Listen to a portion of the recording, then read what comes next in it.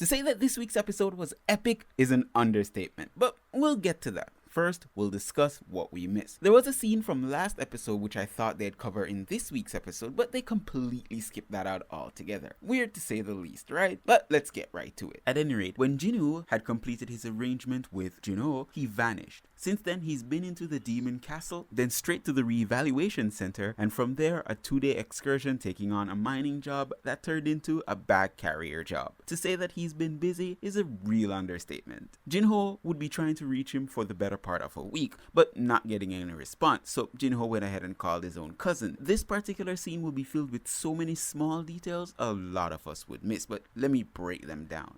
This is Soo-yoon Yo. She is a model and pretty famous, and thus this is why she's dressed like this, as to not being recognized in the public, much like Chae did in the first episode. More than that, on the news we see a famous actor, Min-sung Lee. He is going to be reevaluated in about 3 days, but apparently, it's rumored that he's already an A rank and he's only doing this for the show. He's a bit of a show-off. How does this play to the next episode, you ask? Well, at the end of this episode, we actually see him at the reevaluation ready for a public spectacle.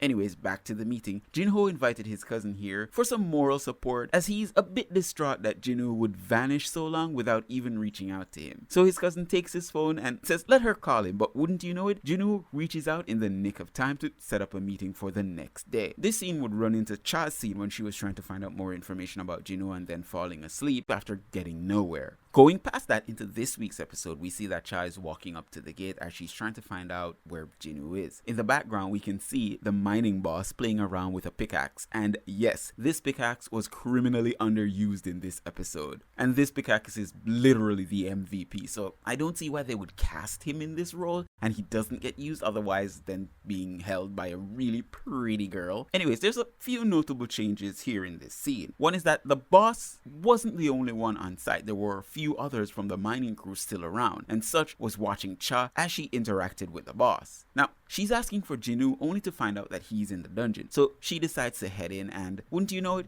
she's unarmed, so she asks for a sword. I mean, of course, we have swords, strewn all about because we're a mining team and we love to, go into dungeons and murder people. But anyway, she has to take the pickaxe and she strolls right into the dungeon. I mean, there isn't anything better, right? This brings us into the events inside the dungeon when our team leader attacks the boss. He's about to confront him only to realize that his team isn't behind him, but this doesn't deter his attack. Instead, he heads right into it because he's not just thinking of himself. A truly brave and kind man willing to charge an opponent stronger than himself to save the lives of others. Truly courageous. But he gets clobbered by the boss and saved by Jinwoo. Of course, Jinwoo has to ask for permission to take out the scrubs and then demonstrates his ruler hand powers by tossing this guard like he was nothing, like it was a rag doll. And so the captain says, hey, go for it. Also, keep in mind that this was one of the 4 guards that he tossed in the air, and this guy will be up there by the end of the episode. Now, there isn't much to say about the fight with the boss. It pretty much goes the same way as in the manhwa, but there has been a few missing minute details that I'd like to drill down to. For instance, when Woo shows up and he's about to enter the dungeon, he would be overcome by some powerful magical aura. This would shatter his glasses. In the anime, that doesn't happen.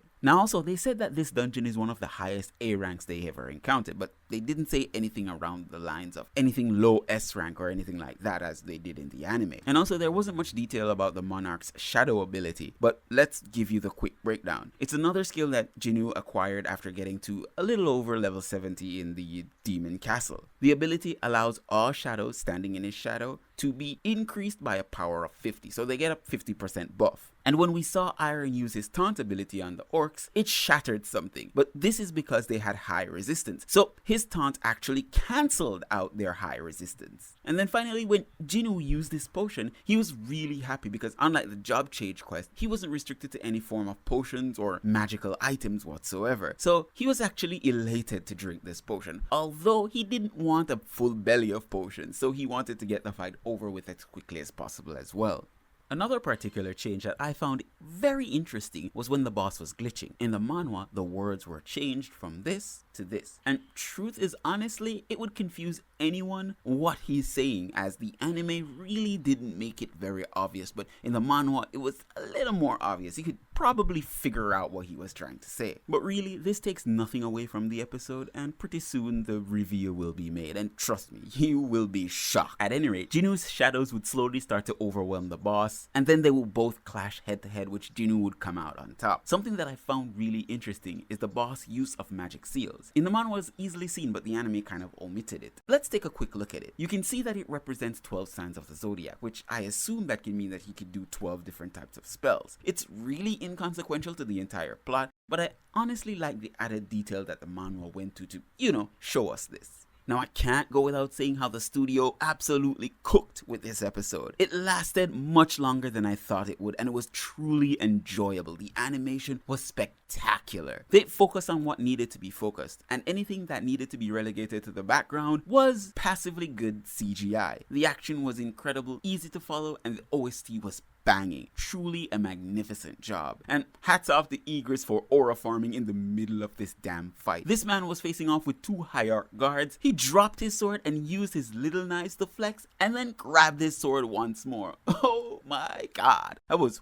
freaking cool. Moving right along, after the battle concludes, the anime continues its trend of dulling down Jinwoo's expressions, though this episode seemed to have included a little bit more than usual. This is pretty much displayed by the end of the fight. Jinwoo was preoccupied with the fight and getting Tusk. He didn't really notice when Chae and the association entered the room. Now, to illustrate how powerful Tusk is, when he was converting Tusk into a shadow, he immediately became an elite rank, while Egress is just a normal knight rank. His shadow mages are elite rank, while his regular troops are just, regular. But one thing to keep track of is that his new mage Tusk is a level 1. You should remember that. And remember what I said about there being 4 guards at the beginning? Well, too bad for Jinwoo, he didn't seem to bring back all 4 of them into his shadows. It seems that the first guy that attacked is still in the ceiling. So, not a full set. Good job, Jinwoo. Good job. Alright, so at the end of all that, Jinwoo goes ahead and stores the shadows that he needs and banishes the rest that he doesn't, and then realizes that the others are in the room. Interestingly enough, in the manhwa, he did notice that Chae